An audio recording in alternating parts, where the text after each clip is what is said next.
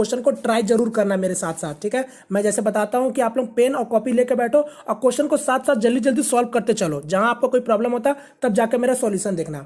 तो चलो तो देखते हैं पहला क्वेश्चन आपका क्या बोला। आपका मृणालिनी और संयुक्ता एक साथ काम करके 14 दिनों में किसी दीवार के आधे हिस्से को पेंट कर सकती है। अलग अलग काम करते हुए इसे पूरा रंगने में मृणालिनी को संयुक्ता द्वारा दिए गए समय से 4 गुना अधिक समय की आवश्यकता होगी। संयुक्ता अकेले पूरे दीवार को कितने दिनों में पेंट कर सकती है। तो देखो सिंपल सा क्वेश्चन बोला गया। यहाँ पास क्वेश्चन क्या बोला गया, कोई आपका दो लोग है, एक आपका मृणालिनी और एक आपका संयुक्ता। वो लोग आपका आधा दीवार को पेंट 14 दिन में कर सकती है।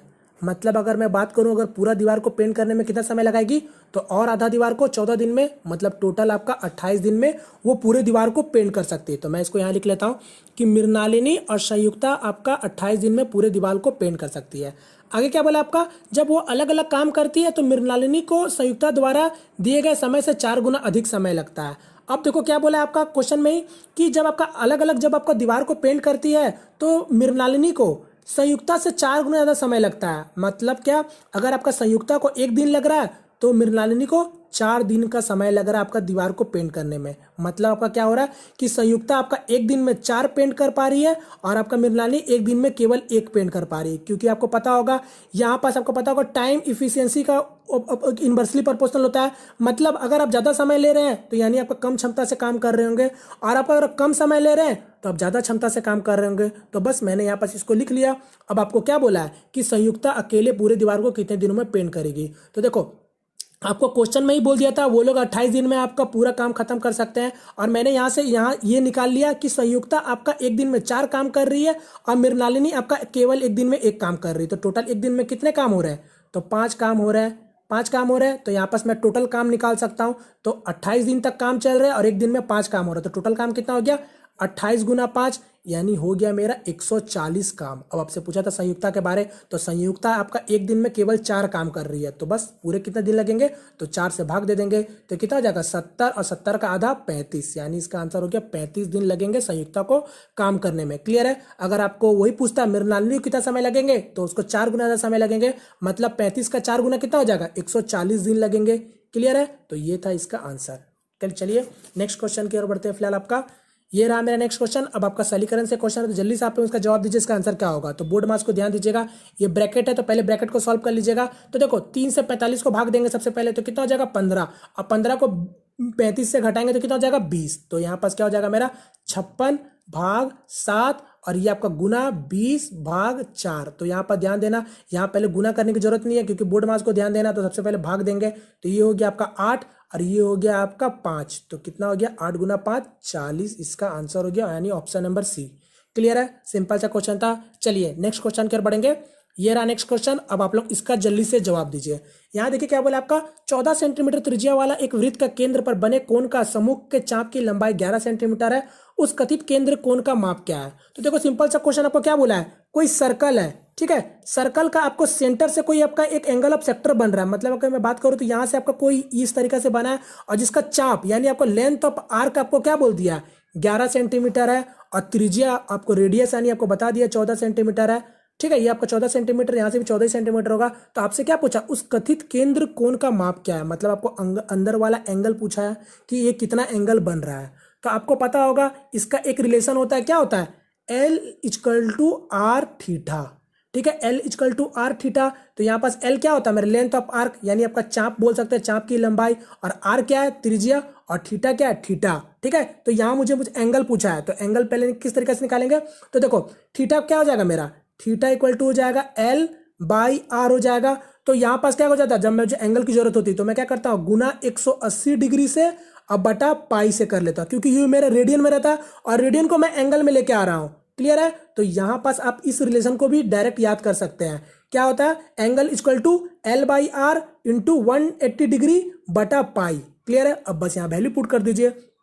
तो देखो मेरा L क्या था, चाप की लंबाई 11 था, गुना 180 डिग्री, और बटा में क्या है R, त्रिज्या कितना है 14 लिख ले रहा, अब आपका पाई क्या है, पाई का वैल्यू मुझे बोला है 22/7 यूज करने के लिए, मतलब आपका 22 हो गया। अब बटा 7 है तो मैं डायरेक्ट ऊपर ले आ रहा हूं इसको, तो यहाँ आ गया। अब इसको सॉल्व कर लीजिए, 7 ये 2 बार में कट गया, फिर 11 22 आपका 2 बार में कट गया, 2 2 4 आ गया, यानी 4 को आपका 180 डिग्री से भाग दे दीजिए, कितना हो जाएगा 90, और 90 का आधा 45, तो इसका आंसर आ गया 45 डिग्री, यानी ऑप्शन नंबर बी। क्लियर है, सिंपल सा क्वेश्चन था, बस आपको ये रिलेशन पता होना चाहिए। चलिए नेक्स्ट क्वेश्चन की ओर बढ़ते फिलहाल आपका जल्दी से, ये रहा नेक्स्ट क्वेश्चन। अब आप लोग इसका जल्दी से जवाब दीजिए। यहाँ पास आपको क्या है, योग पूछा है, तो 7/11 और 11/7, तो साफ साफ दिख रहा है 11 7 का एलसीएम कितना हो गया 77 हो गया, और ऊपर जोड़ दीजिए गुना करके, तो 7 7 49 और प्लस 11 11 121, तो 121 और 49 कितना हो जाएगा, ये आपका 170 हो जा रहा है, तो 170/77 इसका आंसर हो गया, यानी ऑप्शन नंबर ए। क्लियर है, सिंपल सा क्वेश्चन था। चलिए नेक्स्ट क्वेश्चन की ओर बढ़ेंगे फिलहाल आपका, ये रहा नेक्स्ट क्वेश्चन। अब आप लोग इसको भी ट्राई कर सकते हैं, और ये क्वेश्चन आपका इंग्लिश में लिखा, तो आप लोग पीडीएफ डाउनलोड करेंगे तो आपको खुद पता चल जाएगा, कुछ कुछ क्वेश्चन आपका इंग्लिश में लिखे हैं, तो टेंशन वाली बात नहीं है, मैं आपको समझा दूंगा। यहाँ पास क्या बोला आपका, if the edge of cube is increase by 4 centimetre, the surface area will increase by 432 centimetre square, then the original length of each edge of the cube is. तो देखो क्या बोला है, कोई घन है, ठीक है, कोई घन का बोल रहा है, जब भुजा को हम 4 सेंटीमीटर जब बढ़ा देते हैं तो उसका सरफेस एरिया में 432 सेंटीमीटर का बढ़ोतरी हो जा रहा है। तो आपसे पूछा है कि जो पहले वाला घन का भुजा क्या होगा, यानी original length of the edge पूछा है आपसे, सिंपल सा। तो इससे पहले भी हम लोग इस टाइप का क्वेश्चन कर चुके हैं, इससे आपको मैंने क्या बताया था, या तो आप ऑप्शन के थ्रू से बना सकते हैं, या तो डायरेक्ट बेसिक से बना भी सकते हैं, ज्यादा समय नहीं लगेगा, ज्यादा का अंतर नहीं दिखेगा, तो समझ लो। आपको सबसे पहले तो सरफेस एरिया पता होना चाहिए कि घन का क्या होता है, तो 6a² होता है, ठीक है। तो यहां पास अब मैं काम करता हूं, आपका भुजा मान लेता हूं x, और आपका जो बाद में भुजा को 4 सेंटीमीटर बढ़ा दिया जा रहा है, मतलब आपका क्या हो जा रहा है, x + 4 हो जा रहा है। अब आपका इसी का सरफेस एरिया में कितना का अंतर दिख रहा है, 432 का दिख रहा, तो मैं इसका निकाल लेता हूं सरफेस एरिया का अंतर में, तो यहां हो जाएगा मेरा कितना, 6x + 4 का होल स्क्वायर माइनस 6x², कितना का अंतर है सरफेस एरिया में, 432, तो 432 मैंने लिख लिया। अब इसको सॉल्व कर लो, सिंपल सा। देखो 6 6 पहली कट गया रहा, मैं काट ले रहा हूं कॉमन लेके, तो ये हो गया 7 7 6 42, और 1 और 2 72 हो गया। अब इसको सॉल्व कर लो a + b का होल स्क्वायर में, तो ये हो गया आपका x², ये आपका 16 हो गया, ये आपका 8 और 2 मतलब 8x हो गया, 4 2 8x, और यहाँ पास आपका -x² और इक्वल टू कितना हो गया 72। अब इसको सॉल्व कर लेंगे, x² ऐसे ही कट गया, ये 16 आपका मैं यहाँ ले आ रहा हूँ, तो 72 में 16 जाकर कितना हो गया, ये आपका 56 हो गया, और यहाँ आपका 8x है, तो x का वैल्यू मेरा क्या हो जाएगा, 8 कट जाएगा 7 बार में, तो x का वैल्यू मेरा 7 आ गया, यानी जो मेरा भुजा कितना होगा, x होगा, मतलब 7, यानी ऑप्शन नंबर बी। क्लियर है, सिंपल सा क्वेश्चन था। चलो नेक्स्ट क्वेश्चन की ओर बढ़ते फिलहाल आपका, ये रहा नेक्स्ट क्वेश्चन। अब आप लोग इसको जल्दी से जवाब दो, इसका आंसर क्या होगा। यहाँ बोल दिया आपको 703 को जब आपका 37 से भाग देते हैं तो 19 हो रहा है, तो आपसे वही पूछ रहा है 7.03 भाग देंगे 0.0037 से। तो देखो सिंपल सा क्वेश्चन, आपको कंफ्यूज करने के लिए सिर्फ आपको पॉइंट दे दिया गया है। तो यहाँ देखो सिंपल सा दिख रहा है कि 703 को जब 37 से भाग देते तो आपका 19 होता है, आपको वही दिया है, सिर्फ पॉइंट देके कंफ्यूज किया है। तो देखो ना, पॉइंट के बाद 2 0 है और नीचे पॉइंट के बाद 4 0 है, तो सोचो पॉइंट को जब मैं हटाऊंगा तो ऊपर में क्या होगा, एक्स्ट्रा आपका ऊपर में गुना 100 हो जाएगा। यानी जब मैं इसको सॉल्यूशन कर रहा था तो यानी 19 आ रहा था, तो यानी आपका 19 गुना 100 हो जाएंगे, सिंपल सा, यानी इसका आंसर हो गया 1900, ऑप्शन नंबर बी। क्लियर है, सिंपल सा क्वेश्चन था, देख के बना सकते थे। चलिए नेक्स्ट क्वेश्चन की ओर बढ़ते फिलहाल आपका, ये रहा नेक्स्ट क्वेश्चन। अब आप लोग इसको भी ट्राई कर सकते हैं। यहाँ क्या बोला आपका, प्रॉफिट लॉस में कि किसी वस्तु को 18% का लाभ लेकर 649 में बेचा गया, हानि प्रतिशत क्या होगा यदि उस वस्तु को 418 में बेचा जाए। तो देखो कोई क्या बोल रहा है आपको, कोई वस्तु है जब आपका 18% में लाभ में बेच रहा है तो उसको 649 में बेचे हैं। अब बोल रहा है जब आप उसको क्या होगा हानि प्रतिशत जब आपका उसको हम लोग 418 में बेचेंगे।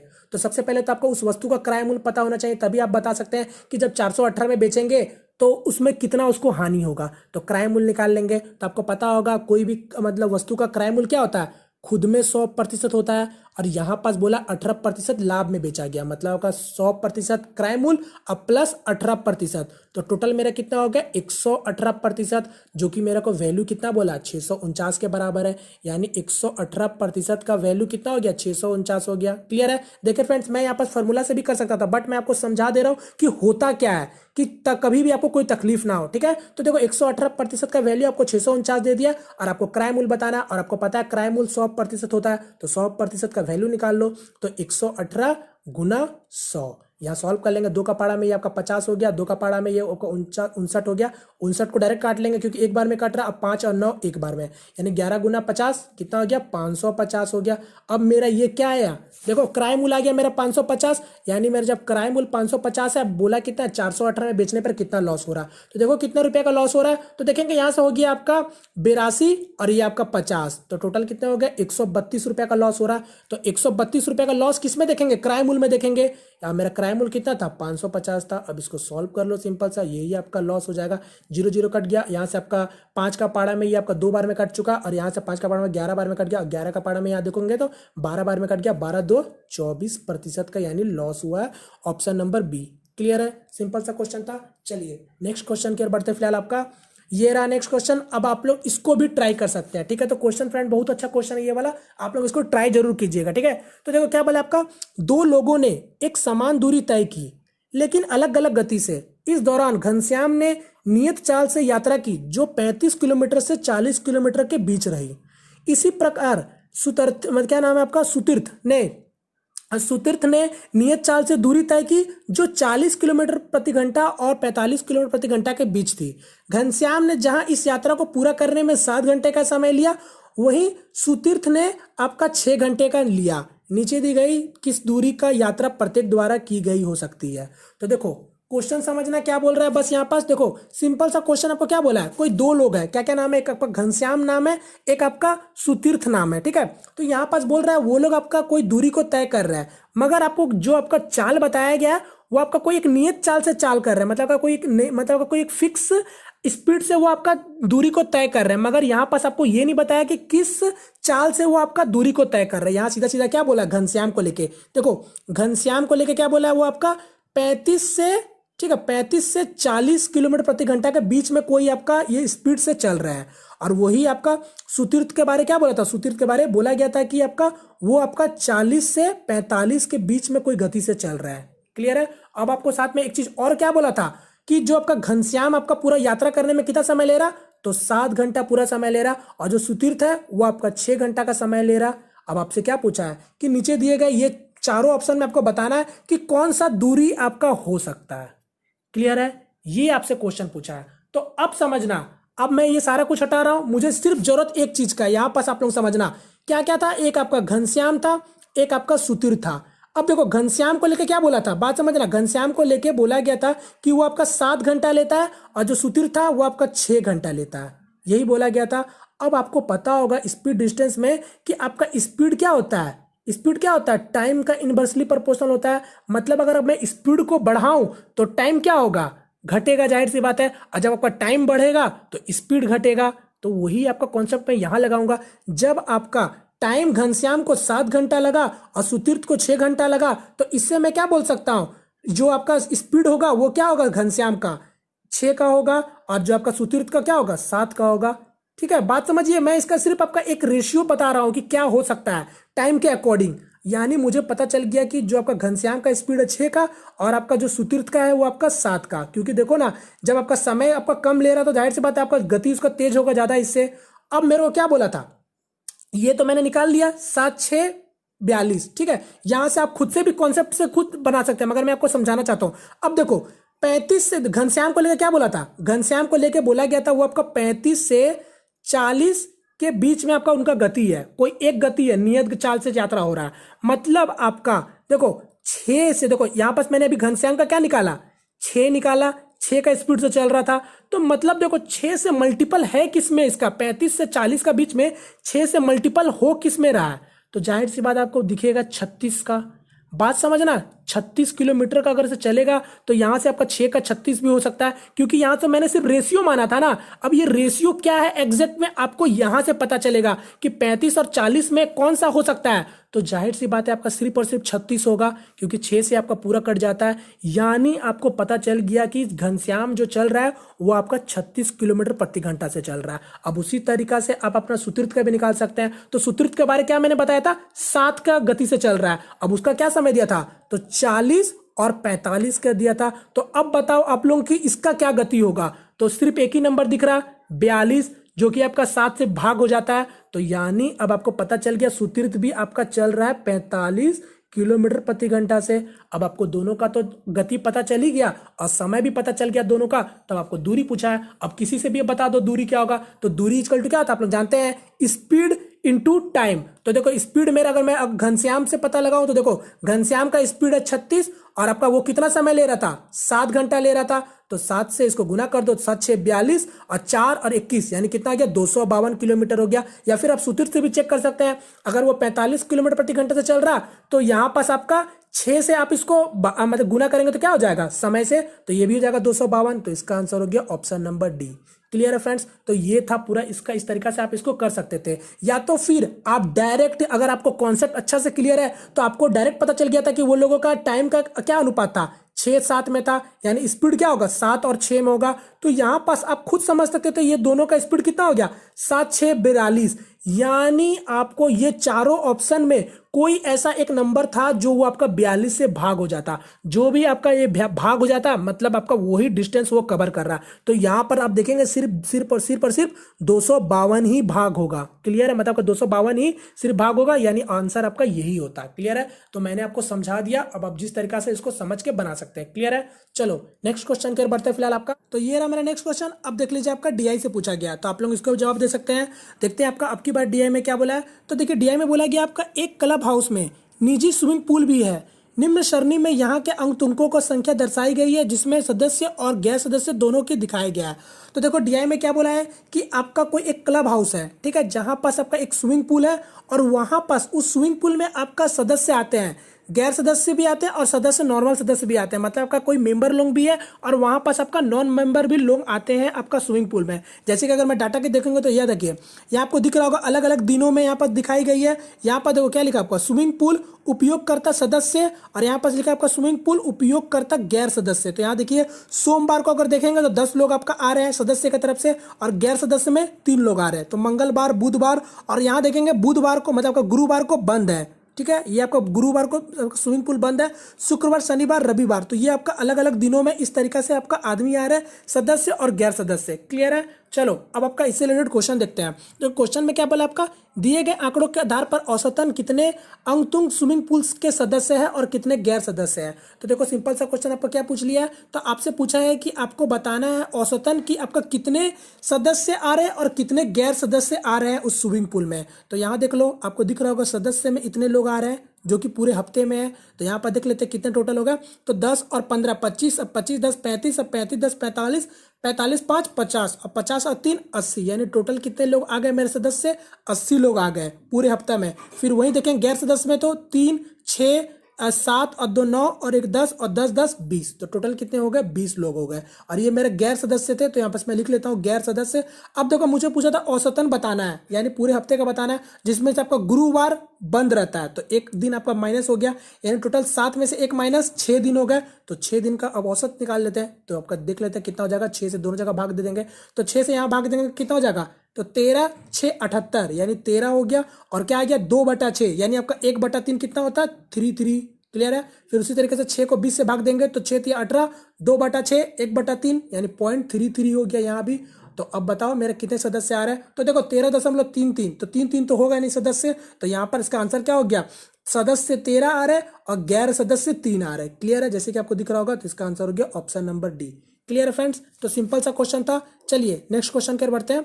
ये रहा नेक्स्ट क्वेश्चन, अब आप लोग इसको ट्राई कर सकते हैं। और यहाँ देख लीजिए, आप लोग क्वेश्चन का लेंथ में मत जाइए, ठीक है, क्वेश्चन को आप लोग देखिए, थोड़ा सा देखने में बड़ा लगता है, बाद बाकी आपका क्वेश्चन में कुछ नहीं रहता है। क्लियर है, यहाँ देखेंगे क्या बोला आपके बार क्वेश्चन में, बोला एक टंकी को भरने में जितना समय बी लेता है उसका चौथाई समय पाइप ए उससे भर देता है।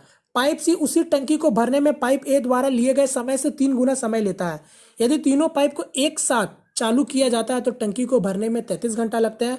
यदि पाइप सी को चालू ना किया जाए तो टंकी को भरने में कितना समय लेगा। तो देखो सिंपल सा क्वेश्चन है, सिर्फ देखने में बड़ा था। यहाँ पास क्या बोला, कोई 3 पाइप है ए बी सी, जैसे जैसे बोला था मैं वैसी वैसी लिख लेता हूँ। क्या बोला आपका, बी पाइप है वो, अब जो आपका एक टंकी को जितना भरने में आपका बी पाइप ले रहा है समय, ए उसका 1/4 समय ले रहा है। मतलब अगर मैं बात करूं, अगर बी आपका 4 घंटा ले रहा तो ए कितना ले रहा, 1/4, मतलब आपका 1 घंटा ले रहा। आगे क्या बोला, उसी तरीके से पाइप सी उसी टंकी को भरने में पाइप ए द्वारा लिए गए समय का 3 गुना समय लेता है। मतलब आपका पाइप सी कितना ले रहा, 3 घंटा समय ले रहा, ए का 3 गुना ले रहा। क्लियर है, अब मैंने यहाँ पास आपका ये लिख लिया है। कितना कितना समय लेता है। आपको क्या बोला, ये तीनों जो पाइप है वो आपका 33 घंटा में उस टंकी को भर सकते हैं। क्लियर है। अब मेरा बात को समझना, अभी मैंने थोड़ी देर पहले आपको क्या बताया था, यहां पास मुझे टाइम पता चल गया कि वो आपका 1 घंटा में भर सकता है थोड़ा देर के लिए, बी आपका 4 घंटा में भर सकता है, सी आपका 3 घंटा में भर सकता है। तो यहां पास आपको मैंने क्या बोला था, टाइम इफिशियंसी का इनवर्सली प्रोपोर्शनल होता है, मतलब आपका उल्टा होता है। अगर मान लीजिए ए आपका 1 घंटा में अगर आपका उस टंकी को भर सकता है, तो मतलब आपका 1 घंटा में कितना भर रहा होगा, तो 1/1 भर रहा होगा, यानी 1/1 लीटर बोल सकते हैं। वहीं अगर बी की बात करें तो 4 घंटा में भर रहा है, तो वो आपका 1 घंटा में 1/4 लीटर भर रहा है, और सी आपका 1/3 लीटर भर रहा है। क्लियर है। यानी मैं यहां से इफिशियंसी निकाल सकता हूं। तो देखो 1 और 4 और 3, तो काम करते एलसीएम ले लेते हैं। तो एलसीएम कितना हो जाएगा, 1 4 3 का, तो 12 हो गया। तो मैं 12 से तीनों को गुना कर देता हूं, जिससे मेरा अच्छा नंबर आ जाएगा। तो ये मैं 12 को गुना कर दिया। अब देखो यहाँ क्या हो गया, 12, यहाँ कितना हो गया 3, यहाँ 4 बार में कट गया, यहाँ 4 आ गया। यानी मैं तीनों पाइप का इफिशियंसी निकाल लिया हूं। यानी आपका ए आपका 12 लीटर भर सकता है, बी आपका 1 घंटा में 3 लीटर भर सकता है, और सी आपका 4 लीटर भर सकता है। क्लियर है। अब मेरे क्वेश्चन में क्या बोला था, वो तीनों मिलकर 33 घंटा में भर सकते हैं, मतलब मैं टंकी का पूरा कैपेसिटी निकाल सकता हूं। तो देखो 12 3 15 और 15 4 19, ये तीनों मिलके आपका 19 लीटर पानी भर सकते हैं।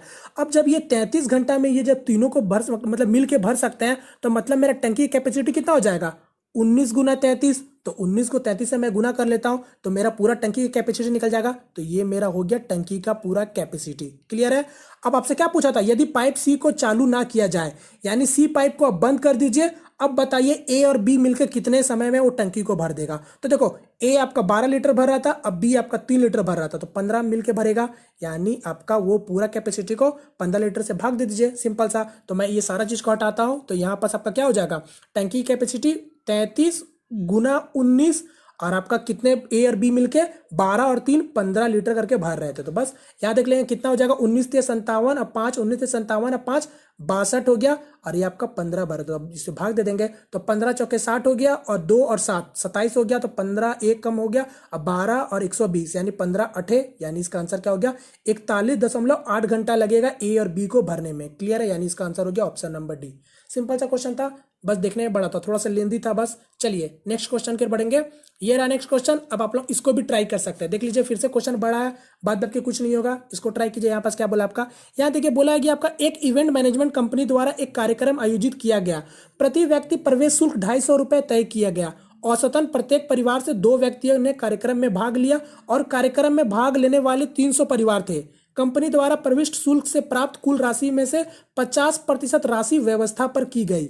व्यवस्था पर खर्च की गई राशि कितनी थी। तो देखो सिंपल सा क्वेश्चन है, क्या बोला जा रहा है, कोई कंपनी आपका कोई कार्यक्रम आपका ऑर्गेनाइज कर रहा है, जहां पास आपका एक व्यक्ति का 250 रुपया करके ले रहा है, यानी बोल सकते हैं एडमिशन फीस ले रहा होगा वो आपका कार्यक्रम का। अब यहां पर साथ में क्या बोला, आपका प्रत्येक परिवार का औसतन क्या बोल दिया, 2 लोग आपका आ रहे हैं प्रत्येक परिवार से, और जिसमें टोटल परिवार आपको कितना बता दी गई है, 300 परिवार आपका उस कार्यक्रम में आ रहे हैं। तो आपको बताना है कि उस कंपनी में जो आपका जो कार्यक्रम हुआ है, उसमें जितना भी टोटल आपका प्रवेश शुल्क द्वारा आपका मिले हैं, उसमें से 50% पैसा आपका व्यवस्था पे खर्च कर दी गई है।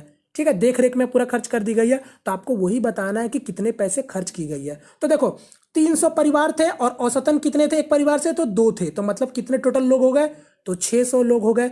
अब 600 लोग हो गए, और एक लोग मेरा कितना पैसा दे रहे थे, तो 250 रुपया दे रहे थे। तो 250 गुना 600, पूरा प्रवेश शुल्क कितना हो जाएगा, तो इसको मैं गुना कर देता हूं, तो ये मेरा हो गया 25 6 150, और 2 3 जीरो मेरा एक्स्ट्रा लग गया, यानी मेरा पूरा प्रवेश शुल्क हो गया 1.5 लाख रुपए। अब आपको 50% तो पूरा व्यवस्था में खर्चा हो गया था, और वही आपसे राशि पूछा है, तो बताओ 50% कितना होगा 1.5 लाख का, तो साफ साफ दिख रहा है 75,000 होगा। तो इसका आंसर क्या हो जाएगा, ऑप्शन नंबर डी। क्लियर है, सिंपल सा क्वेश्चन था। चलिए नेक्स्ट क्वेश्चन की ओर बढ़ते हैं। फिलहाल आपका ये रहा नेक्स्ट क्वेश्चन। अब आप लोग इसको भी ट्राई कर सकते हैं। यहाँ क्या बोला आपको, जब x² + kx - 6 को x + 3 से पूर्णांक विभाजित किया जा सकता है, तो k का मान क्या है। तो देखो सिंपल सा क्वेश्चन है, कोई समीकरण है, समझना।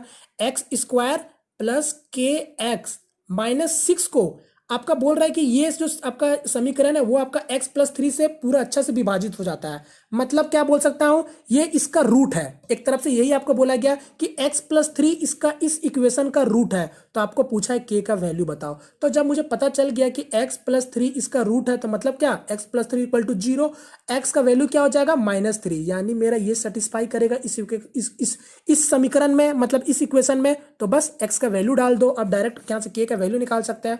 तो मेरा x का वैल्यू क्या है -3, तो मैं डायरेक्ट कर रहा हूँ, x स्क्वायर है तो -3 क्या हो जाएगा, ये 9 हो गया। फिर आपका प्लस है और ये आपका k है, और x का क्या है -3 वैल्यू था, यहाँ पर -3 -6 इक्वल टू 0। यहाँ देख लेंगे 9 से आपका 6 जाएगा तो कितना हो गया, 3 हो गया, और ये 3 मैं यहाँ ले आ रहा हूँ तो कितना हो गया -3 इक्वल टू k -3। अब देखो माइनस माइनस मेरा कैंसिल हो गया, 3 3 भी कैंसिल हो गया, यानी k का वैल्यू मेरा क्या सिंपल सा 1, यानी ऑप्शन नंबर सी इसका आंसर हो गया। क्लियर है, सिंपल सा क्वेश्चन था। चलिए नेक्स्ट क्वेश्चन की ओर बढ़ते हैं। फिलहाल आपका ये रहा नेक्स्ट क्वेश्चन। अब आप देख लीजिए, ये भी क्वेश्चन आपका इंग्लिश में है, तो आप लोग देख सकते हैं यहाँ पास। तो चलिए देखते हैं क्या बोला आपका। यहाँ पास बोला गया if 22x² -ax + 2 equal to ax² + 18x - 7 has only repeated solution. ध्यान दीजिएगा, हैज ओनली रिपीटेड सॉल्यूशन बोला गया, then the positive integral solution of A is. तो देखो ए का वैल्यू पूछा है, साथ में आपको क्या दिया, दो आपको समीकरण दे दिया गया, जिसमें आपको क्या कंडीशन के रूप में बोला गया, हैज ओनली रिपीटेड सॉल्यूशन। तो आपको पता होना चाहिए कि जब भी आपको कोई भी समीकरण यानी कोई भी आपका इक्वेशन में कंडीशन जब आपको दे दिया है कि हैज ओनली रिपीटेड सॉल्यूशन, तो इसका मतलब क्या होता है, डिस्क्रिमिनाट इक्वल टू 0 होता है मेरा उस इक्वेशन का। बात समझिएगा, डिस्क्रिमिनाट इक्वल टू 0 होता है, मतलब डिस्क्रिमिनाट क्या होता है, d इक्वल टू क्या होता है मेरा b² - 4ac होता है, और मेरा d इक्वल टू 0, यानी मैं बोल सकता हूं उस समीकरण का b² - 4ac इक्वल टू 0 होगा।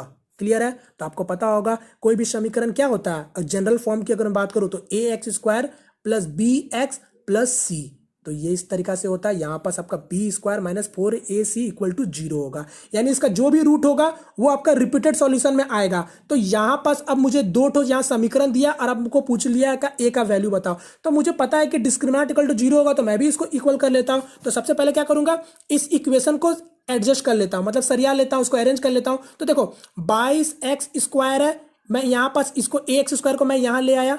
क्लियर है, इस तरीका से मैं सभी को पूरा एक जगह ले आ रहा हूँ। ax है, फिर ये आपका -18x हो जाएगा, और यहाँ पास आपका +2 है, और ये आपका -7 यहाँ आ गया तो क्या आ जाएगा, तो 7 होके ये आपका 0 हो गया। अब मैं सारा को एडजस्ट कर ले रहा हूँ। क्लियर है, मैंने आपको क्या किया, मैंने इसको डिटेल सॉल्यूशन में आप लोगों के लिए बना दिया। तो मैं इसको आगे बढ़ के आपको दिखाता हूँ। तो देखो मैंने यहाँ पर सॉल्यूशन पहले से बना के रख दिया। देखो सिंपल सा क्वेश्चन है, देखो यहाँ पास मैंने अभी आपको एडजस्ट करके दिखाया। तो देखो यहाँ पास में आप इसको एडजस्ट कर सकते हैं इस तरीका से। अब देखो x² को एक जगह कर लिया, x को एक जगह और कांस्टेंट आपका एक जगह, तो दिख रहा है आपका एक इक्वेशन बन चुका है, a b c, ये कांस्टेंट टर्म में आ गया। अब अभी आपको मैंने क्या बताया, डिस्क्रिमिनाट इक्वल टू 0, क्योंकि कंडीशन के अकॉर्डिंग में क्या बोला था, इसका सिर्फ एक रिपीटेड सॉल्यूशन होगा, मतलब b² - 4ac इक्वल टू 0। तो बस अब यहाँ ध्यान दो, यहाँ पास आपका जैसे जैसे बोला क्या था, ये मेरा इक्वेशन बन चुका था, और यहाँ पास मैंने b² - 4ac को इक्वल टू 0 कर लिया। तो b² मेरा कौन हो जाएगा, तो ये a है, ये आपका b है, तो b² क्या हो जाएगा, a + 18 हो जाएगा। यहाँ पास मैंने स्क्वायर -4 × a × c। तो यहाँ पर जब आप इसको सॉल्व करोगे तो देखो यहाँ पर जब से जैसे सॉल्व करोगे तो आपका एक इक्वेशन बन के आ जाएगा, समीकरण a² + 72a - 468 इक्वल टू 0। तो यहाँ से आपका समीकरण बन चुका, यानी इक्वेशन बन चुका। अब यहाँ से आपका a का वैल्यू निकाल लो सिंपल सा, तो आपको पता चल जाएगा a का 2 वैल्यू आएगा, एक -78, एक आपका 6। तो माइनस तो आपका होगा नहीं कभी भी, पॉजिटिव इंटीग्रल वैल्यू पूछा है आपसे, तो यहाँ पास a का वैल्यू क्या हो जाएगा, 6 हो जाएगा। क्लियर है, तो यहाँ पास मैं आपको क्वेश्चन अब दिखा देता हूँ। तो यहाँ इसका आंसर हो गया, देख लीजिए ऑप्शन नंबर बी। क्लियर है, देखिए पॉजिटिव इंटीग्रल सॉल्यूशन बोला था और वहाँ पास आपका एक नेगेटिव था, तो उसका जरूरत नहीं है। ठीक है, तो उम्मीद करता हूँ आप लोगों को समझ आएगा। तो इस टाइप का क्वेश्चन मैंने हम लोगों को पहले भी किया था। ठीक है, चलो नेक्स्ट क्वेश्चन की ओर बढ़ते। फिलहाल आपका ये रहा नेक्स्ट क्वेश्चन। अब आप लोग इसको ट्राई कर सकते हो। यहाँ देखो क्या बोला आपको, संख्याओं का बहुलक क्या होगा, यानी आपसे क्या पूछा है, मोड पूछा है सिंपल सा। और आपको पता है मोड क्या होता है, जो भी सबसे ज्यादा बार रिपीट किया जाता है वही आपका उस आंकड़ों का मोड कहलाता है, यानी आपका बहुलक कहलाता है। तो हम लोग इससे पहले भी कर चुके हैं। तो देखेंगे यहाँ पास आपका ऑप्शन में क्या क्या, 5 2 4 6। तो 6 देखेंगे कितना बार है, तो 6 केवल एक बार है। 4 देखेंगे कितना बार दिख रहा है, तो 4 भी आपको 2 बार दिख रहा होगा, एक यहाँ एक यहाँ, तो ये आपका 2 बार हो गया। और 2 देखिए कितना बार है, तो 2 आपका 1 बार और 2 बार, यहाँ आपका 2 बार हो गया। अब 5 देख लीजिए कितना बार है, तो 1 बार 2 बार 3 बार, तो यानी आपका 5 है 3 बार। तो बताओ इसका बहुलक क्या हो जाएगा, सीधा सीधा ऑप्शन नंबर 1 यानी 5 इसका बहुलक हो, क्योंकि सबसे ज्यादा बार 3 है, 3 बार में आपका मतलब 3 बार है 5, तो इसका आंसर हो गया 5। क्लियर है, सिंपल सा क्वेश्चन था। चलिए नेक्स्ट क्वेश्चन के बढ़ते हैं। ये रहा नेक्स्ट क्वेश्चन। अब देख लीजिए आप लोग, ये वाला आप लोगों के लिए होमवर्क है, सिंपल सा क्वेश्चन है। इससे पहले भी हम लोगों ने कर लिया, टेन अल्फा का वैल्यू दे दिया तो आपसे पूछा tan alpha minus cot alpha का मान क्या होगा। तो आपको पता है टेन अल्फा क्या होता है, 1/कॉट अल्फा होता है। तो टेन अल्फा का वैल्यू आपको है तो आप कॉट अल्फा का वैल्यू निकाल लेना, ये √15 + 4। अब इसके बाद डाल देना, जो भी इसका वैल्यू होगा उसका आंसर होगा, ठीक है। तो आप लोग मुझे बताना इसका आंसर क्या होगा। चलिए नेक्स्ट क्वेश्चन की बढ़ते हैं। ये रहा नेक्स्ट क्वेश्चन। अब आप लोग इसका जल्दी से जवाब दीजिए। यहाँ क्या बोला आपको, एक संख्या को 2:1 अनुपात में बांटा जाता है, इन दोनों को में बड़ा वाला भाग 52 है, तो संख्या क्या है। तो सिंपल सा क्वेश्चन है, कोई संख्या को आपका 2:1 में बांटा गया और बोला जो बड़ा वाला भाग है वो आपका 52 है, यानी आपका 2 रेशियो का वैल्यू क्या बोला है, 52 के बराबर है। तो आपसे पूछा है कि वो संख्या क्या है, यानी 2 और 1 3, यानी 3 रेशियो का आपसे वैल्यू पूछा है। तो देखो 2 रेशियो का वैल्यू आपको बोल दिया 52 है, तो 1 रेशियो का वैल्यू क्या होगा, तो 2 से भाग दे देंगे, यानी 1 रेशियो का वैल्यू 26 हो गया। और आपको बताना है 3 रेशियो का वैल्यू, तो 26 को 3 से गुना कर देंगे तो कितना हो जाएगा, 6 या 18, 3 2 6 1 7, यानी 78 आंसर आ गया, यानी ऑप्शन नंबर डी। क्लियर है, सिंपल सा क्वेश्चन था। चलिए नेक्स्ट क्वेश्चन की ओर बढ़ते हैं। फिलहाल आपका ये रहा नेक्स्ट क्वेश्चन समीकरण से है, तो जल्दी से आप इसका जवाब दीजिए, इसका आंसर क्या होगा। निम्न समीकरण का x का मूल्य क्या है, तो आपका x का वैल्यू पूछा है। तो देखो सिंपल सा पहले ब्रैकेट सॉल्व कर लेंगे, तो 16 से 4 जाएगा 12, गुना 13 से 6 जाएगा, तो ये आपका 7 हो गया, और ये आपका भाग में है x हो गया, और ये आपका 12 है। तो सिंपल सा ये आपका x यहाँ चला जाएगा, और ये आपका जो 12 है वो आपका यहाँ आ गया, तो 12 12 कैंसल, यानी x का वैल्यू क्या हो गया 7, ऑप्शन नंबर सी। क्लियर है, सिंपल सा क्वेश्चन था। चलिए नेक्स्ट क्वेश्चन के बढ़ते हैं। ये रहा नेक्स्ट क्वेश्चन। अब आप लोग इसका भी जल्दी से जवाब दीजिए, देखते हैं किसका जल्दी आंसर आता है यहाँ पास आपका। यहाँ देखो क्या बोला आपका, साधारण ब्याज से क्या बोला आपका, किसी धन को 6 वर्ष के लिए निवेश करने पर 5,600 प्राप्ति होती है। यदि ब्याज का साधारण दर को 2% वार्षिक दर से बढ़ा दिया जाता है तो प्राप्ति 6,020 रुपये हो गई, तो मूल निवेश क्या था। तो देखो सिंपल सा क्वेश्चन है फ्रेंड्स, आपका साधारण ब्याज से बोला है, क्या बोला है समझना, कोई भी आपका राशि है, मूलधन है, वो आपका 6 वर्षों में कितना रुपया हो रही है, तो 5,600 रुपया हो गई ब्याज के साथ। अब बोल रहा है जब आपका ब्याज दर को अगर आपका 2% ज्यादा कर दिया जाता है, बात को समझिएगा, जब ब्याज प्रतिशत को मतलब ब्याज दर को आपका जब 2% जब ज्यादा कर दिया जा रहा है, तब 6 साल में कितने रुपए हो जा रहा है, तो 6,020 रुपए हो जा रहा है। तो आपसे पूछा है मूल निवेश बताएं। तो सबसे पहले आप देखो, जब 2% का जब आप रेट बढ़ाएं तो कितना रुपया हो गया, 5,600 से हो गया वो 6,020 रुपया, तो कितना रुपया बढ़ा, तो देखो 400 रुपया और 20 रुपया, यानी टोटल आपका 420 रुपया बढ़ोतरी हो गया जब मैंने सिर्फ 2% का रेट बढ़ाया।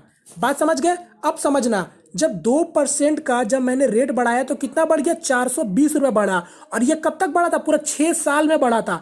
यानी मैं बोल सकता हूं कि 6 साल में आपका जब 2% का रेट बढ़ाया तो 420 रुपये बढ़ा, तो मैं बोल सकता हूं कि नहीं कि आपका 1 साल में कितना बढ़ा था, तो ये 6 से भाग दे दूंगा। जब मैं 6 से भाग दिया तो पता चला मुझे कि ये 70 रुपये 1 साल का बढ़ रहा था, तभी जाके आपका 6 साल में 420 रुपये बढ़ा। तो अब मतलब आपका 2% का वैल्यू आपको 70 दे दिया है, और आपसे क्या पूछा है 100% का वैल्यू बताइए, मतलब मूलधन का वैल्यू बताओ। तो सिंपल सा, जब 2% का वैल्यू आपको 70 दे दिया, मतलब आपका 1% का वैल्यू क्या होगा, तो भाग दे दीजिए 2 से, यानी हो गया 35, यानी 1% का जब वैल्यू आपको पता चल गया 35 है, तो आपसे पूछा था मूलधन यानी 100% का वैल्यू, तो बस गुना कर लो 100 से, यानी क्या आ गया 3500, ऑप्शन नंबर बी। क्लियर है, सिंपल सा क्वेश्चन था, यहाँ पर साधारण ब्याज था, और यहाँ पर इस तरीका से आप इसको इजीली बना सकते हैं, कोई जरूरत नहीं आपको कुछ एक्स्ट्रा करने की। क्लियर है, चलो नेक्स्ट क्वेश्चन की ओर बढ़ते हैं। फिलहाल आपका ये रहा नेक्स्ट क्वेश्चन। अब आप लोग इसका जल्दी से जवाब दीजिए, 8 से क्वेश्चन पूछा गया है।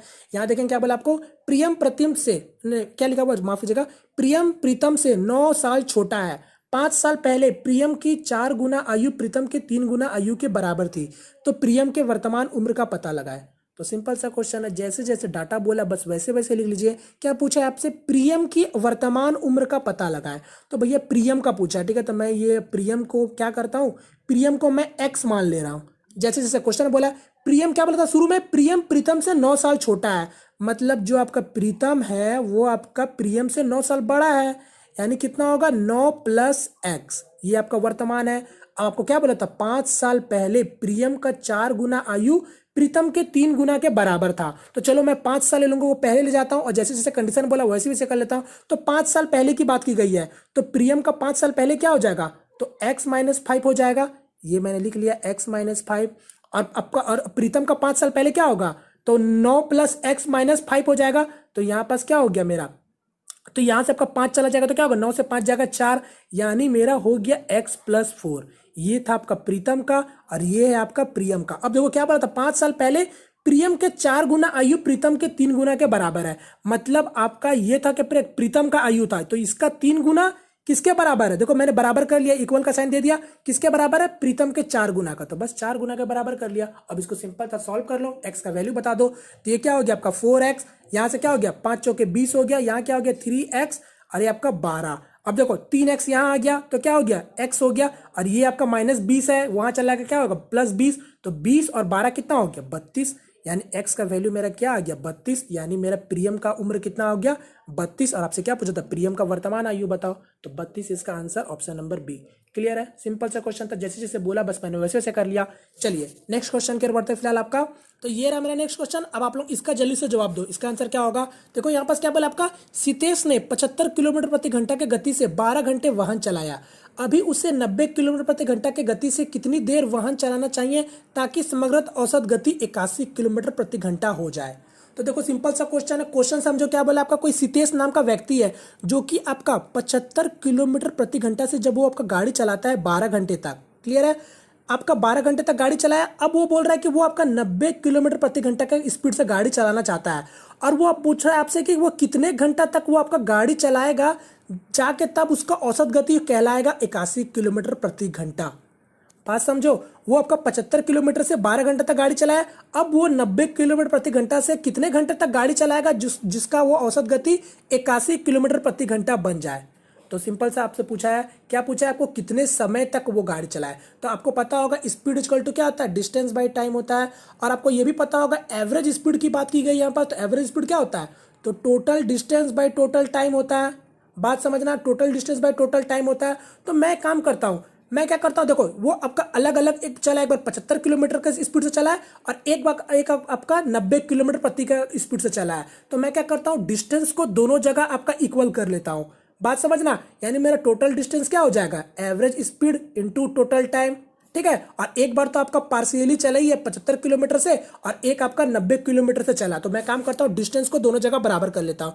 तो मेरा डिस्टेंस क्या होता है, स्पीड इंटू टाइम। तो देखो शुरू में क्या बोला था, 75 किलोमीटर प्रति घंटा से 12 घंटा चला, यानी आपका 75 गुना 12, यानी टोटल डिस्टेंस इतना हो चुका है जब आपका 75 से चला, प्लस अभी और चला कितना, तो 90 से जब आपका चल रहा है, और आपका कितने समय से तक चल रहा है वो मुझे नहीं पता, और वही मुझे निकालना है, तो मैं मान लेता हूं कि वो आपका t घंटा तक चला है।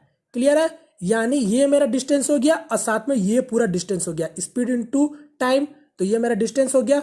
अब आपको क्या हो गया, ये मैं बराबर कर ले रहा हूं किससे, औसत गति से। तो औसत गति कितना दे दिया था 81, यानी औसत गति into total time, total time कितना, पहले 12 घंटा लगा, अब बाद में उसे t घंटा लगा, यानी 12 + t। क्लियर है, जैसे जैसे क्वेश्चन बोला था बस मैं इसको इक्वल कर लिया, ये आपका t है। अब इसको सॉल्व कर लो, तो देखो 75 को 12 से गुना करेंगे तो क्या आ जाएगा आपका, ये 900 निकल के आ गया। अब प्लस यहाँ देखो 90 गुना t, ये कितना हो गया 90t हो गया। अब यहाँ पर इक्वल टू 81 है, 81 है, ठीक है ना, 81, एक काम करता हूँ, ठीक है इसको गुना कर लो, 12 को 81 से गुना कर लेंगे तो क्या हो जाएगा, 12 का 12 हो जाएगा, और एक कैरी हो जाएगा, 12 96 197, ये 972 हो गया। अब प्लस 81t, यानी 81t हो गया। अब इसको सॉल्व कर लो, यहाँ देखो 900 है और 972 है, तो ये आपका यहाँ चला जाएगा, तो जब 900 जाएगा तो लेस हो जाएगा, तो यहाँ पर क्या हो गया मेरा 72 हो गया। अब ये आपका 81 है, ये आपका इधर चला जाएगा, तो 81 में आपका 90 में 81 घटेगा कितना हो जाएगा, ये आपका 9t हो जाएगा। अब ये 9 इससे कट जाएगा, तो t का वैल्यू क्या आ गया मेरे पास 8, यानी मेरा t 8 घंटा लगा है आपका 90 किलोमीटर से जब आपका चलाया है, तब जाके आपका ये औसत गति इसका 81 किलोमीटर प्रति घंटा कहलाएगा। क्लियर है, तो इसका आंसर हो गया ऑप्शन नंबर सी। सिंपल सा क्वेश्चन था। चलिए नेक्स्ट क्वेश्चन की ओर बढ़ते फिलहाल आपका, तो ये रहा मेरा नेक्स्ट क्वेश्चन। अब आप लोग इसका जल्दी से जवाब दो। तो यहाँ पास क्या बोला आपको, महत्तम संप्रवर्तक आपसे पूछा है, तो जल्दी से आप लोग बताओ इसका आंसर क्या होगा। तो देखो मैं डायरेक्ट तोड़ ले रहा हूँ, ठीक है, तो 144 को मैं डायरेक्ट जब तोड़ूंगा तो क्या हो जाएगा आपका, देखो 2 गुना 2 4 हो गए, 4 गुना 2 8 हो गए। अब 8 के बाद क्या करूंगा, 8 गुना 2 16 हो गए, और 16 गुना 3 48 हो गए, और 48 तिया 144 हो गया। मैं इसको तोड़ चुका हूं। अब देखो 288 है, तो 144 को बस 2 टाइम और बढ़ा दूं तो ये आपका 288 हो जाएगा। तो मैं क्या कर रहा हूं, 2 इसमें सिर्फ और ऐड कर लेता हूं, तो मैं 2 को लास्ट में ऐड करूंगा। ये 3 गुना 3 और साथ में 2 हो गया। अब आपका 396 को भी तोड़ लेंगे तो क्या हो जाएगा आपका, ये हो जाएगा 2 गुना 2 4, और 4 तिया 12 हो गया, और 12 तिया 36 हो गया, और 36 को अब 11 से गुना कर दीजिए तो हो जाएगा आपका 396। बस सबको तोड़ लिया। अब आपका महत्तम संप्रवर्तक निकाल दीजिए। तो देख लीजिए कॉमन कितना है, तो ये आपका 2 यहाँ से कॉमन हो गया, ये आपका 3 देखिए यहाँ से कॉमन हो चुका है सिंपल सा, ये देखिए पूरे बच्चे तरीका से मैं बना ले रहा हूँ, यहाँ 3 हो गया। तो बस इसका आंसर क्या होगा, 2 गुना 2 और 4 हो गया, 4 तिया 12 और 4 12 तिया 36, यानी इसका आंसर हो गया 36, ऑप्शन नंबर 3। क्लियर है, सिंपल सा क्वेश्चन था। चलिए नेक्स्ट क्वेश्चन कर बढ़ेंगे। तो ये रहा मेरा नेक्स्ट क्वेश्चन, आप लोग इसका जल्दी से जवाब दीजिए, इसका आंसर क्या होगा। यहाँ देखें क्या बोला आपका, कौन सी वह सबसे छोटी प्राकृतिक संख्या है जिससे 27 और 36 को विभाजित कर दे और भागफल पूर्ण वर्ग बन जाए। तो देखो क्या बोला क्वेश्चन में सिंपल सा, कि कौन सा इन चारों में ऐसा संख्या है प्राकृतिक संख्या जो 2736 में भाग देने से उसका भागफल, यानी जो भी उसका भागफल होगा वो आपका एक स्क्वायर बन जाए किसी का। सिंपल सा चेक कर लेंगे अब आपका। यहाँ देखो सबसे छोटा संख्या कौन है, 9 है, तो 9 से इसको भाग दे लेंगे पहले। तो देखो 9 से इसको भाग देंगे तो क्या होगा इसका भागफल, तो 9 तिया 27 और 0 और 9 चौके 36, यानी कितना आ गया मेरा 304। अब देखो 304 किसी का स्क्वायर नहीं होता है, यानी ये इसका आंसर नहीं होगा। अब आपका 19 से भाग दे के देख लो, तो 19 से जब आप इसको भाग दोगे, देखो 19 से कम एक बार में कट गया, 83 और 4 76 और यहाँ 76, यानी कितना आ गया 144। अब देखो ये 144 क्या होता है, 12 का स्क्वायर होता है, यानी ये सही है, इसका भागफल किसी का स्क्वायर बन जा रहा है, यानी इसका आंसर हो गया ऑप्शन नंबर सी। क्लियर है। चलिए नेक्स्ट क्वेश्चन की ओर बढ़ते हैं फिलहाल आपका। ये रहा नेक्स्ट क्वेश्चन, अब आप लोग इसको ट्राई कीजिए। यहाँ पास क्या बोला है, यहाँ पर देखिए क्या बोला क्वेश्चन में, निम्नलिखित में किस संख्या में, यहाँ ध्यान दीजिएगा, ये आपका लिखा हुआ कुछ इस तरीके से हो सकता है आपको नहीं दिखे। यहाँ लिखा हुआ है कि निम्नलिखित में से किस संख्या में, यह देखिए √64 टू द पावर आपका 9 है, बोला है कि इससे गुना किया जाए तो वह परिमेय संख्या का गुणनफल देगी। तो आपको बोला है कि ये एक संख्या दे दिया गया जिसमें से आपको बताना है, इसमें से बताना कौन सा ऐसा नंबर है जो इस संख्या के साथ गुना होकर एक परिमेय संख्या बन जाए।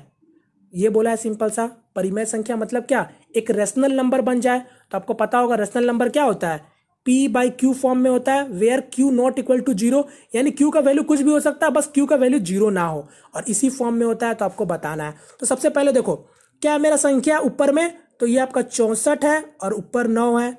बात समझना, ये 64 है तो मैं 2 का पावर में क्या करके लिखूंगा, तो ये आपका 64 हो जाता है। तो 2 का पावर में आप 6 लिखोगे तो आपका 64 कहलाता है, और ये आपका रूट में क्या है 9 है, यानी बोल सकता हूं ये आपका क्या है 6/9। क्लियर है, आपको पता होगा इस तरीका से हम लोग लिख सकते हैं इसको। तो देखो 3 का पारा में 2 बार में, 3 का पारा में 3 बार में, यानी मेरा 2 का पावर में क्या आ गया 2/3, यानी ये मेरा पूरा संख्या आ चुका है। अब हम लोग ऑप्शन के थ्रू देखते हैं। तो यहाँ देखो क्या है आपका 4, मतलब 4 है और उसके ऊपर में 9 है, तो इसको मैं किस तरीके से लिख सकता हूँ, तो 2/9 लिखूंगा। देखो ये संख्या कुछ इस तरीके से बन के आया कि नहीं, 2/9, तो ये इसके साथ गुना करेंगे तो कभी भी आपका परिमेय संख्या नहीं बन सकता, साफ साफ दिख रहा है। तो ये तो आंसर होगा नहीं। फिर यहाँ देखो 16 है, तो 16 को किस तरीके से लिखेंगे, 2 का पावर में 4, यानी 4/9। तो यहाँ पर आप देखो इसको इससे गुना करेंगे तो भी आपका परिमेय संख्या नहीं बनने वाला है, तो ये भी इसका आंसर नहीं होगा। अब ऑप्शन नंबर 3 को देखेंगे तो किसको कैसे लिखेंगे, 8 को 2 का पावर में 3, तो 2 का पावर में 3 यानी 3/9। अब देखो 3 को एक बार में काट दिया, 3 को 3 बार में काट दिया, यानी देखो 2 का पावर में 1/3 है और 2 का पावर में यहाँ पर देखो 2/3 है, तो ये इसके साथ गुना हो जाएगा। तो यहाँ पास क्या हो गया 1/3। देखो यहाँ ध्यान देना, नीचे बेस तो सेम है और ऊपर क्या आपका 1/3 अब प्लस 2/3, यहाँ क्या हो जाएगा आपका 3/3, यानी 3 3 कट के 1 हो गया, यानी इसका गुना क्या आया 2 आया। और 2 क्या होता है आपको पता होगा, एक परिमेय संख्या है। तो इसका आंसर क्या हो गया ऑप्शन नंबर सी। क्लियर है, सिंपल सा क्वेश्चन था, समझने का बस देरी था। चलो नेक्स्ट क्वेश्चन की ओर बढ़ते फिलहाल आपका। तो ये रहा मेरा नेक्स्ट क्वेश्चन, अब आप लोग इसका जल्दी से जवाब दीजिए। यहाँ क्या बोला आपको, नीचे दी गई संख्याओं में कौन सा 13,456 का वर्गमूल है। तो आपको बताना है किसका ये स्क्वायर है। तो यहाँ जल्दी से आप लोग आंसर दो। तो यहाँ देख के पता चल रहा है ये तो कभी इसका आंसर होगा ही नहीं और ना तो कभी ये होगा, तो बस हो सकता है आपको कंफ्यूजन ये दोनों में होगा। तो यहाँ पास भी देखोगे, देखो 100 से 114 है, तो कितना ज्यादा है 100 से, तो 14 ज्यादा है। तो 14 का स्क्वायर कितना होता है 196 होता है। तो मतलब आपका लास्ट में 9 और 6 होना चाहिए, जो कि यहाँ पास आपका क्या है 5 और 6 है, यानी ये भी इसका आंसर नहीं होगा। तो इसका आंसर क्या होगा केवल 116। क्लियर है। अब आप देख सकते हैं 100 से आपका 16 ज्यादा है, तो 16 का स्क्वायर कितना होता है 256 होता है, यानी लास्ट डिजिट में 56 होना चाहिए, जो कि आपका 56 भी है। तो इसका आंसर हो गया केवल 1। सिंपल सा, और उम्मीद करता हूँ ये आप लोगों को स्क्वायर निकालने आता होगा। चलिए नेक्स्ट क्वेश्चन कर बढ़ते फिलहाल आपका। ये रहा नेक्स्ट क्वेश्चन, आप लोग जल्दी से जवाब दीजिए। सिंपल सा क्वेश्चन है आपका यहाँ पास भी। यहाँ क्या बोला आपका, किसी आयत का परिमाप 24 सेंटीमीटर है जबकि उसका क्षेत्रफल 32 सेंटीमीटर है, तो उसका आयत का लंबाई चौड़ाई क्या है। तो सिंपल सा क्वेश्चन है, कोई आयत है जिसका परिमाप आपको दे दिया कितना 24 सेंटीमीटर, मतलब आयत का परिमाप क्या होता है 2 L प्लस बी आपको दे दिया है 24 सेंटीमीटर और साथ में क्षेत्रफल भी दे दिया, ये अंदर वाला यानी लेंथ इंटू ब्रेथ कितना दे दिया है, 32 दे दिया है। तो यहाँ देखेंगे 2 बार में आप काट सकते हैं, ये कितना आ गया 12। अब बता दो, देखो लंबाई और चौड़ाई आपका मिला के 12 है और लंबाई और चौड़ाई कितना है 32 है। तो यहाँ ऑप्शन को आप देख के भी बना सकते हैं, बिना जरूरत है आपको आगे बिना पेन कॉपी का भी यूज कर बना सकते हैं। देखो यहाँ देखो 7 और 5 है लंबाई चौड़ाई, तो यहाँ पर इसका क्षेत्रफल कितना हो जा रहा है इसके हिसाब से 7 5 35 हो जा रहा है, जबकि क्षेत्रफल आपका 32 है, यानी ये तो ऐसे ही कट गया। अब यहाँ देखो 6 और 6 कभी लंबाई और चौड़ाई आपका एक समान तो हो नहीं सकता, बात समझ गए, नहीं तो वो तो स्क्वायर हो जाएगा ना, तो ये तो आपको कभी नहीं होगा, साफ साफ पता चल गया। अब यहाँ देखो 5 सेंटीमीटर 6.4 सेंटीमीटर, ये दोनों का अगर मैं बात करूँ दोनों को जोड़ूंगा तो कितना होगा 11.4 हो रहा है, जो कि मेरा क्या है लेंथ प्लस ब्रेथ मिला के 12 होना चाहिए था, यहाँ पर 11.4 है, ये भी गलत हो गया। तो बस इसका आंसर क्या हो गया ऑप्शन नंबर डी, 8 और चौके 32 भी हो गया और 8 चौके 12 भी हो गया, यानी इसका आंसर ऑप्शन नंबर डी देख के भी बना सकते थे। क्लियर है, चलिए नेक्स्ट क्वेश्चन के बढ़ते फिलहाल आपका ये रहा मेरा नेक्स्ट क्वेश्चन। अब आप लोग इसका जल्दी से जवाब दो। यहाँ पास क्या बोला आपको, एक टेस्ट में सफल होने के लिए किसी को 38% अंक प्राप्त करनी जरूरी है, तो 45 अंक में उत्तीर्ण डैश होगा। तो आपसे पूछा है कि पासिंग मार्क्स बताइए, जो कि कोई टेस्ट में आपको 38% से आप ला के पास हो सकते हैं, तो बताइए 45 अंक वाले टेस्ट में कितना आपको पास मार्क्स जरूरी है। तो सिंपल से आपको क्या पूछा, 45 का 38% निकाल लीजिए, तो 45 का 38% क्या हो जाएगा, तो देखो 45 को 90 कर दो, डबल कर दो और इसको क्या करोगे आधा कर दो, ये 19 हो गया, यानी 19 को 9 से गुना कर देंगे कितना हो गया 171 और 0 और बटा 100, तो यहाँ 0 0 तो कैंसिल हो गया और एक पॉइंट यहाँ लग गया,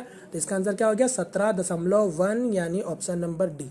क्लियर है, सिंपल सा क्वेश्चन था। चलो नेक्स्ट क्वेश्चन की ओर बढ़ते फिलहाल आपका ये रहा नेक्स्ट क्वेश्चन और आज का मेरा लास्ट क्वेश्चन। यहाँ देख लो फ्रेंड्स, ये भी क्वेश्चन बहुत अच्छा क्वेश्चन है, ठीक है।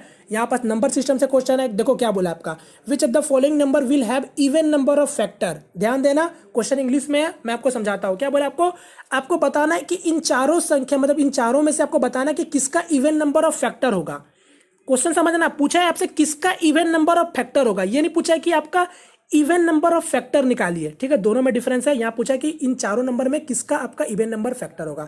तो मैं मान के चल रहा हूँ कि आपको फैक्टर निकालने आता होगा, या नहीं भी आता तो आप समझ लीजिए, मैं आपको जल्दी समझा देता हूँ। देखो फैक्टर हम लोग किस तरीके से निकालते हैं, तो देखो अगर मैं आपको बोलूँ कि 4 का फैक्टर क्या होगा, समझना 4 का फैक्टर मैं बात कर रहा हूँ, इसके मैं बाद में आऊँगा, यहाँ समझा देता हूँ। अगर मैं बोलूँ कि आपका 4 का फैक्टर क्या होगा, यानी टोटल नंबर ऑफ फैक्टर क्या होगा, तो आप कैसे निकालते हो। देखो 4 को आप किस तरीके से तोड़ोगे, गुणनखंड करोगे, तो 2 गुना 2 में करोगे, तो यानी मैं इसको कैसे लिख सकता हूँ 2 के पावर में 2 लिख सकता हूँ कि नहीं लिख सकता हूँ, तो ये 2 के पावर में 2 हो गया। तो फैक्टर जब भी आपको बोले तो आप किस तरीके से निकालते हैं, जो भी इसके पावर में होता है +1 कर देते हैं, साफ साफ। अब मेरे पास तो यहाँ पर एक ही संख्या था, यानी 2 का पावर में +1 यानी 3, यानी 4 का मेरा फैक्टर कितना हो गया, केवल 3 फैक्टर हो गया। यानी मैं अगर बात करूं तो 3 फैक्टर क्या हो गया, तो 4 को 1 भी विभाजित करता है, 4 को 2 भी विभाजित करता है और 4 को खुद 4 भी विभाजित करता है। तो ये मेरा 3 नंबर आया निकल के, यानी इसका 3 फैक्टर हुआ। क्लियर है, तो इस तरीका से हम लोग फैक्टर निकालते हैं। और आपसे जो पूछा है क्या किसका इवन नंबर ऑफ फैक्टर होगा, तो यहाँ मेरा कितना आया था 3 आया था, तो ये मेरा क्या है इवन नंबर ऑफ फैक्टर नहीं है, ये मेरा ऑड नंबर फैक्टर है। क्लियर है, यानी मेरा ये आंसर नहीं होता अगर ये ऑप्शन में होता तो। क्लियर है, उम्मीद करता हूं आप लोगों को समझ आ गया होगा। और यहां पास ये टोटल नंबर ऑफ फैक्टर मैंने बताया, आपका ऑड नंबर फैक्टर भी आपसे पूछता है और इवन नंबर भी फैक्टर आपसे पूछता है, तो वो सब हम लोग बाद में डिस्कस करेंगे। फिलहाल आपसे बस पूछा है कि किसका आपका इवन नंबर ऑफ फैक्टर होगा इन चारों ऑप्शन में। तो चलो हम लोग जल्दी जल्दी निकाल लेते हैं। तो यहाँ देखो 16900, देखो नंबर भी कुछ आपको ऐसा दिया है कि आप इसको सिंपल सा निकाल सकते हैं। तो 169 क्या 13 का स्क्वायर दिख रहा होगा, यानी 13 गुना 13। क्लियर है, और साथ में क्या है 100, क्योंकि मैं लिख सकता हूं ना 13 गुना 13 और 100 है ना, तो 100 को मैं लिख सकता हूं 10 गुना 10, यानी मैं 2 × 5 और 2 × 5 पूरा तोड़ लिया मैंने। अब यानी क्या हो गया 13 का पावर में 2 हो गया, अब 2 के पावर में कितना है 2 हो गया, अब 5 के पावर में 2 हो गया। अब आप ये सभी को गुना करोगे तो ये आपका 16900 आ जाएगा। क्लियर है, अब यहाँ पास फैक्टर मैंने क्या बताया था, ऊपर में +1 हो जाता है, ऊपर में +1 हो जाता है, यानी ऊपर में +1 हो गया, यानी अब मेरा इसका टोटल फैक्टर कितना हो गया, तो 2 और 1 3 हो गया, गुना 2 और 1 3 हो गया, गुना 2 और एक 3 हो गया, मुझे ऊपर का ही जरूरत था, तो यानी इसका टोटल फैक्टर कितना हो गया, 3 3 9 और 9 3 27। तो 27 बताओ ये इवन नंबर फैक्टर है या नहीं है, तो नहीं है, यानी ये आंसर नहीं होगा। क्लियर है। तो उसी तरीका से आप यहां पर 289 का भी चेक करेंगे, तो 17 गुना 17 हो गया 279 हो गया, क्योंकि देखिए 279 को मैं कैसे लिख सकता हूं, इस तरीके से लिख सकता हूं कि नहीं लिख सकता, जिस तरीके से भी लिखे आपको तोड़ने आना चाहिए। 17 गुना 17 हो गया, यहां पास फिर से वैसे ही हो गया 2 गुना 5, 2 गुना 5, तो देखो यहां पास भी आप देखोगे 2 का पावर में 2 आएगा, 5 का पावर में 2 आएगा, 17 का पावर में 2 आएगा, तो 3 3 3 3 ही आएगा, तो यानी इसका भी 27 आ जाएगा। और इसका भी आप कब करोगे तो 27 नहीं आएगा, इसका कुछ और आएगा, मगर जो भी आएगा ऑड में आएगा। अब यहां पास आप लोग इसका भी चेक कर लेना, हालांकि मुझे लगता है कि इसका भी 27 आना चाहिए, मगर इसका आंसर क्या होगा 3600 होगा। अब मैं इसका करके दिखा देता हूं 3600 को, तो यहां पर 36,000 है, ठीक है, माफ कीजिएगा, 36 गुना 1000 हो गया।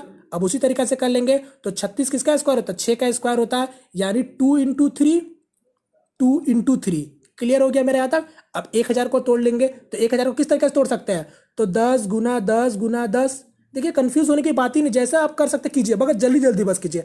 तो यहाँ क्या हो गया आपका 2 गुना 5, मैं सिर्फ समझाने के लिए कर रहा हूँ, 2 गुना 5 और 2 गुना 5। अब देख लेते हैं, सरिया लेते हैं सबको, तो 1 2 2 2 3 4 5, टोटल मेरे कितने आ गए 5 2 3, कितना आ गया 2 2 के बाद और देख लेते हैं, बस ये आपका 3 कितने हैं, 2 बार में मतलब 2 है बस, और 5 कितना है, तो 1 2 3, तो टोटल कितने हो गए, ये मेरा 5 3 बार है। अब इसको कैसे करेंगे, फिर उसी तरीके से 5 + 1, यहाँ पर 2 + 1, यहाँ पर 3 + 1, तो मेरा फैक्टर कितना हो गया 5 और 1 6 गुना 2 + 1 3, और यहाँ पर 3 1 4, तो बस इसका क्या हो गया 6 3 18, 18 चौके 72, यानी मेरा इसका जो फैक्टर निकला क्या निकला 72, जो कि आपका इवन नंबर फैक्टर है। तो इसका आंसर हो गया फ्रेंड्स मेरा ऑप्शन नंबर बी।